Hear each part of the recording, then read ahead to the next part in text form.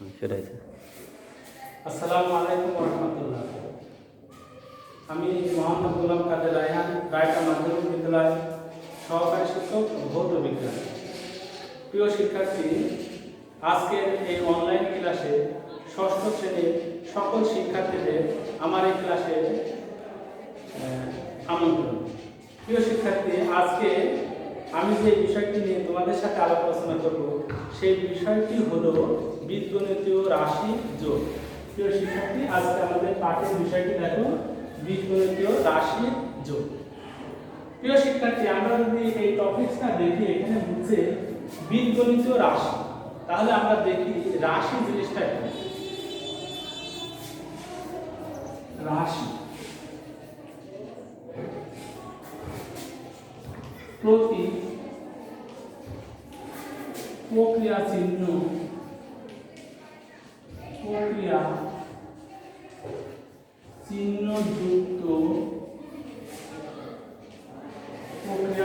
যুক্ত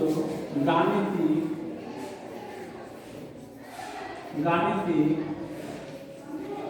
বাক্যকে রাশি বলে। অর্থাৎ প্রতীক প্রক্রিয়া চিহ্নযুক্ত গাণিতিক বাক্যকে রাশি বলে। দেখো প্রিয় শিক্ষার্থী, রাশি দেখো, এখানে বলছে 2x + 3। অর্থাৎ রাশি হতে হলে আমরা দেখছি যে দুইটা টপিকস থাকা খুব ইম্পর্টেন্ট, সেটা হলো প্রতীক এবং প্রক্রিয়া চিহ্ন। প্রতীক জিনিসটা কি? প্রতীক হলো যে কোনো অক্ষর, বাংলা বা ইংরেজি বা যে কোনো অক্ষর। দেখো প্রিয় শিক্ষার্থী, এখানে কি আমরা যে কোনো অক্ষর, সেটা বাংলা হোক ইংরেজি হোক, আছে কি? দেখো প্রিয় শিক্ষার্থী, আছে। তারপরে আরেকটা মূল যে বিষয়টা লাগবে সেটা হলো প্রক্রিয়া চিহ্ন। প্রক্রিয়া চিহ্ন বলতে আমরা কি বুঝি? প্রক্রিয়া চিহ্ন বলতে আমরা সচরাচর যোগ বিয়োগ গুণ ভাগ বুঝি। তো এখানে কি সেই জিনিসটা আছে? দেখো প্রিয় শিক্ষার্থী, হ্যাঁ আছে, যোগ বিয়োগ গুণ ভাগ আছে। অর্থাৎ এখান থেকে আমরা দেখছি রাশির যে দুইটা শর্ত, অর্থাৎ প্রতীক থাকতে হবে এবং প্রক্রিয়া চিহ্ন থাকতে হবে, এখানে কিন্তু দেখো দুইটাই উপস্থিত, তাহলে আমরা বলতে পারছি এটা একটি রাশি। আরেকটা বিষয় দেখো প্রিয় শিক্ষার্থী, 2 + 5 এটা একটা রাশি কিনা আমরা দেখি প্রিয় শিক্ষার্থী। তাহলে রাশি হতে হলে যেহেতু দুইটা টপিকস লাগবে, অর্থাৎ প্রতীক লাগবে এবং প্রক্রিয়া চিহ্ন। দেখো প্রিয় শিক্ষার্থী, এখানে কিন্তু প্রথম যে জিনিসটা অর্থাৎ প্রতীক নেই, তার মানে এটা রাশি নয়, শুধু প্রক্রিয়া চিহ্ন আছে। তাহলে আমরা নিশ্চয় প্রিয় শিক্ষার্থী তোমরা বুঝতে পেরেছো রাশি জিনিসটা কি। অর্থাৎ রাশি হতে হলে প্রতীক এবং প্রক্রিয়া চিহ্ন দুটাই থাকা লাগবে। যেহেতু এখানে প্রতীকও আছে প্রক্রিয়া চিহ্ন আছে, তাই এটা রাশি।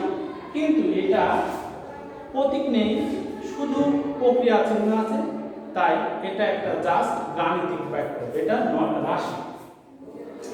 এখন প্রিয় শিক্ষার্থী, বীজগণিত রাশি যোগ বা বিয়োগ করতে হলে আরেকটা যে বিষয়টি জানা প্রয়োজন সেটা হলো পদ। পদ জিনিসটা কি সেটা আমরা দেখি প্রিয় শিক্ষার্থী। পদ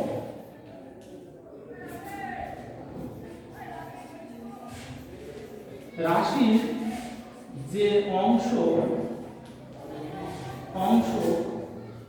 শুধু যোগ ও বিয়োগ চিহ্ন দিয়ে যুক্ত থাকে তাকে পদ বলে।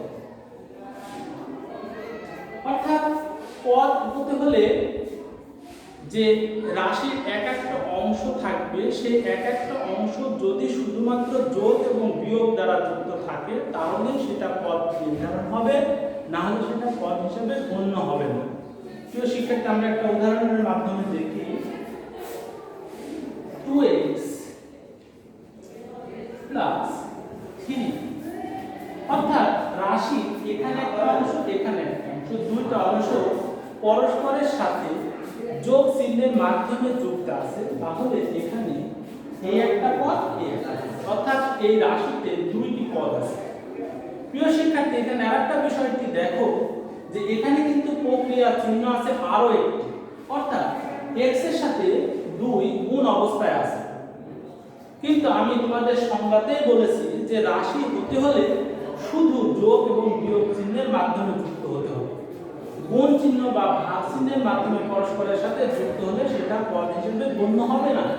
যেহেতু x এর সাথে 2 গুণ অবস্থায় আছে এজন্য এটা পদ হিসেবে গণ্য হলো না। এটা সমষ্টিগতভাবে একটা। প্রিয় শিক্ষার্থী, পদ চিনার আরেকটা সহজ পদ্ধতি আছে। আমরা পদ এভাবে বলবো, যতগুলো যোগ বা বিয়োগ চিহ্ন আছে তার চেয়ে একটা বেশি পদ হবে। প্রিয় শিক্ষার্থী, একটা জিনিস দেখো, এখানে যোগ চিহ্ন আছে কয়টি? দেখো, যোগ চিহ্ন আছে একটি, কিন্তু পদ আমি বলছি যতগুলো যোগ বা বিয়োগ চিহ্ন থাকবে তার চেয়ে একটু বেশি, তাহলে এখানে পদ হচ্ছে দুইটি। আরেকটা জিনিস খেয়াল করো প্রিয় শিক্ষার্থী, এখানে ইনওয়ার যদি দিই তাহলে এখানে দেখো প্রক্রিয়া চিহ্ন অর্থাৎ যোগ বা বিয়োগ আছে দুই জায়গায়, এই এক জায়গায় এই এক জায়গায়। তাহলে আমি বলছি যতগুলো যোগ বা বিয়োগ চিহ্ন থাকবে তার চেয়ে একটি বেশি, তাহলে এখানে পদ আছে দেখো একটি, দুইটি, তিনটি, তাহলে এখানে পদ আছে তিনটি। যতই আমি বলছি যে গুণ বা ভাগ অবস্থায় থাকলে সেটা পদ হিসাবে নির্ধারণ হবে না, এখানে y এর সাথে 2 গুণ অবস্থায় থাকলেও সেটা পদ নির্ধারণ হবে না, অর্থাৎ যোগ বা বিয়োগের মাধ্যমে সেটা পদ নির্ধারিত হবে।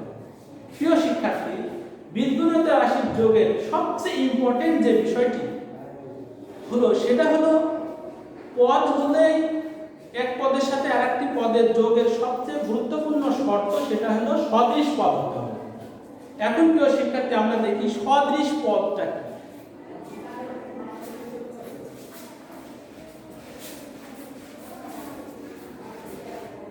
সদৃশ পদ, সদৃশ পদ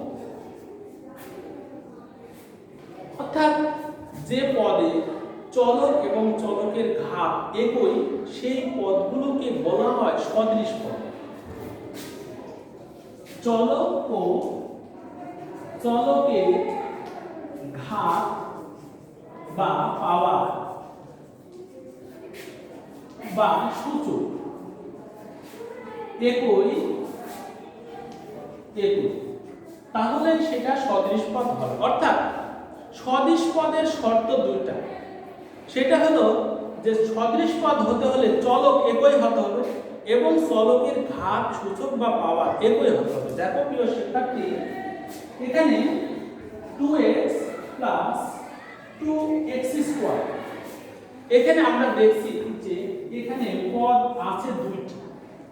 এই দুইটা পদের ভিতরে এখানে চলক x, এখানেও চলক x, অর্থাৎ চলক একই হল। কিন্তু সদৃশ পদের আরেকটি শর্তে বলছে যে শুধু চলক একই হলে হবে না, চলকের ঘাত বা পাওয়ার বা সূচক একই হবে। প্রিয় শিক্ষার্থী, এখানে দেখো এই চলকের ঘাত, সূচক বা পাওয়ার কোনো কিছু নাই মানে 1, কিন্তু এই চলকের ঘাত, সূচক বা পাওয়ার 2, তাহলে আমরা দেখছি যে 1 নাম্বার শর্তটা ওকে হলেও 2 নাম্বার শর্তটা কিন্তু মিলছে না, অর্থাৎ এখানে চলক মিল হলেও চলকের ঘাত বা পাওয়ার কিন্তু মিললো না, তাহলে এই দুইটা সদৃশ পদ নয়। আর সদৃশ পদ যদি না হয় তাহলে সেই দুইটা যোগ হবে না, অর্থাৎ ওইভাবেই থেকে যাবে।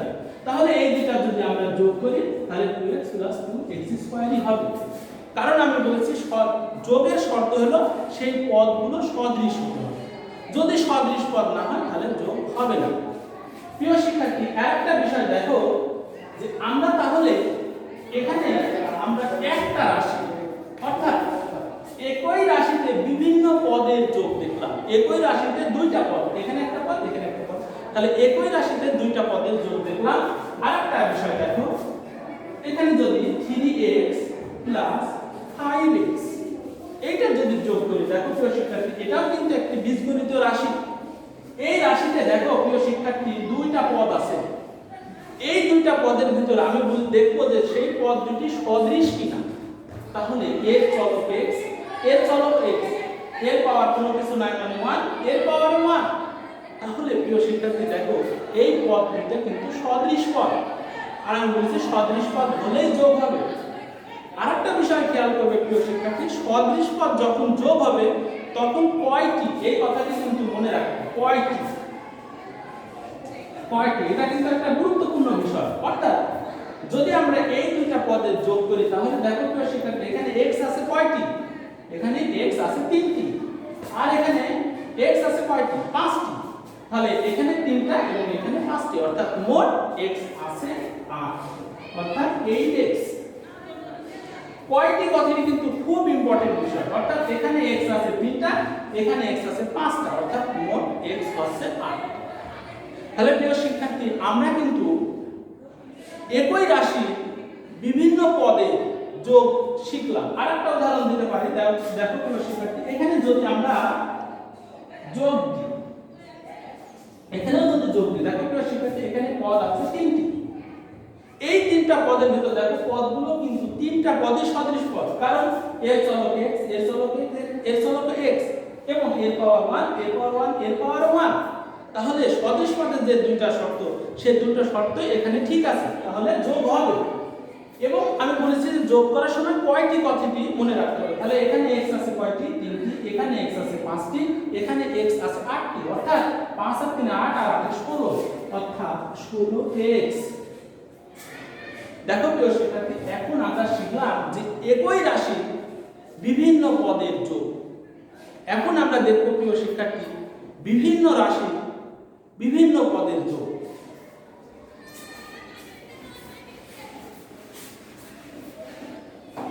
প্রিয় শিক্ষার্থী, আমরা একটা গাণিতিক সমস্যার সমাধান করে দেখো। এখানে 2x plus 3y 5x plus 8y যোগ করো।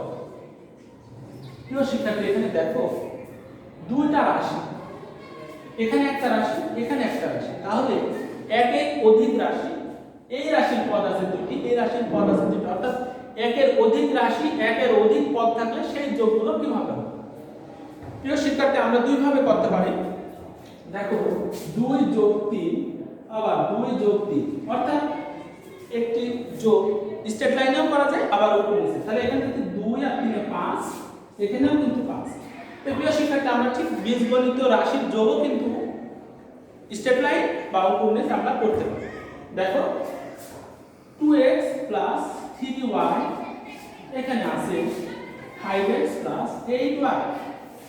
এখন প্রিয় শিক্ষার্থী, একটা জিনিস মনে রাখবে যে যোগ করতে হলে সদৃশ পদ মিল করে উপর নিচে লিখতে হবে। এখানে দেখো 2x 3y, এখন এখানে 5x plus 8y, অর্থাৎ 2x এর সদৃশ পদ অর্থাৎ 5x এর নিচে লিখলাম, 3y এর সদৃশ পদ 8y এর নিচে লিখলাম। এখন আমরা যোগ করব। তাহলে প্রিয় শিক্ষার্থী, আমরা বলেছি যে যোগ করার সময় কয়টি কথাকে উল্লেখ করতে হবে, অর্থাৎ এখানে x আছে 5টি, এখানে x আছে 2টি, অর্থাৎ 5 আর 2 7x প্লাস এখানে দেখো 8টা x, অর্থাৎ 8y প্লাস 3y, এবং দুইটাই কিন্তু সদৃশ পদ, কারণ এর চলক y, এর চলক y, এর পাওয়ার 1, এর পাওয়ার 1, তাহলে এই দুটো সদৃশ পদ যোগ হবে। তাহলে আবার বলছি কয়টি কথাকে উল্লেখ করতে হবে। তাহলে এখানে y আছে 8টি, এখানে y আছে 3টা, অর্থাৎ 8 আর 3 এ 11টি y। এইভাবে কিন্তু আমরা যোগগুলো করতে পারি। প্রিয় শিক্ষার্থী, আরেকটা জিনিস মনে রাখবেন, যদি রাশির পদে কোনো পদে যদি বিয়োগ চিহ্ন থাকে, তাহলে একটা জিনিস খেয়াল রাখবে,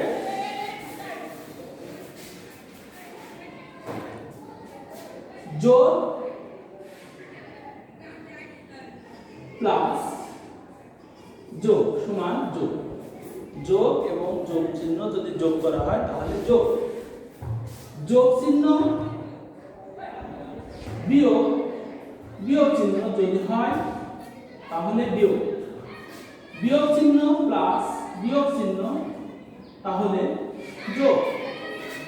এই তিনটা জিনিস তোমরা একটু ভালো করে খেয়াল করবে। প্রিয় শিক্ষার্থী, আমরা দেখি এখানে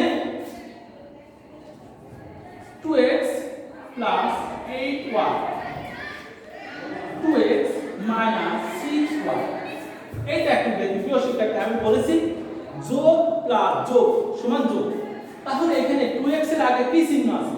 কোনো চিহ্ন না, মানে যোগ। এই 2x এর আগে কি চিহ্ন আছে? যোগ। তাহলে যোগ আর যোগ যদি আমরা সংযুক্ত করি বা যুক্ত করি তাহলে যোগ হবে। তাহলে 2x আর 2x সমান 4x। আরেকটি যে জিনিস বলেছি যে যোগ এবং বিয়োগ যদি যুক্ত করি, যোগ এবং বিয়োগ করতে হবে। এই যে এখানে লেখাই আছে যোগ এবং বিয়োগ যদি যুক্ত করি, তাহলে এই 8y এর সাথে এই 6y যদি যুক্ত করি এখানে আছে যোগ, এখানে আছে বিয়োগ, তাহলে আমি বলেছি কি হবে বিয়োগ, এবং বড়টার সামনে যে চিহ্ন সেটা সামনে বসাবো। তাহলে এখানে 8y এবং 6 অর্থাৎ 8টা y ভিতর থেকে 6টা y বাদ দাও, তাহলে 2y থেকে এখন বড়টার সামনে যেহেতু যোগ চিহ্ন আছে এখানে যোগ চিহ্ন বসবে। প্রিয় শিক্ষার্থী, এটা একটু ভালো করে খেয়াল করো। আমরা আরেকটা উদাহরণ করতে পারি।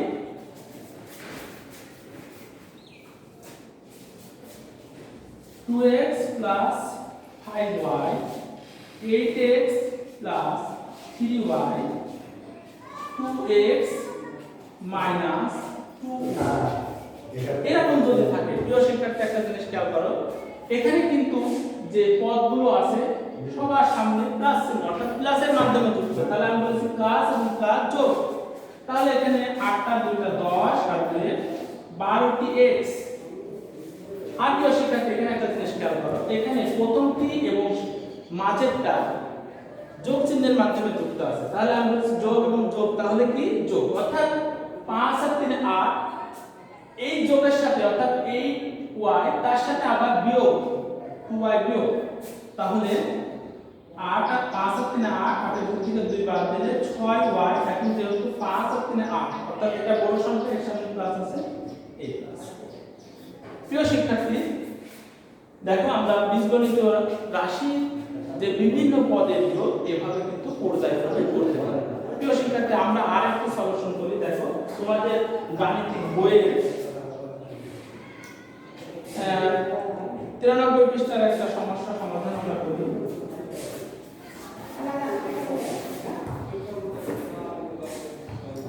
এখানে একটি দেখো কিছু মান দেওয়া আছে, x সমান 5a plus 7b plus 9c,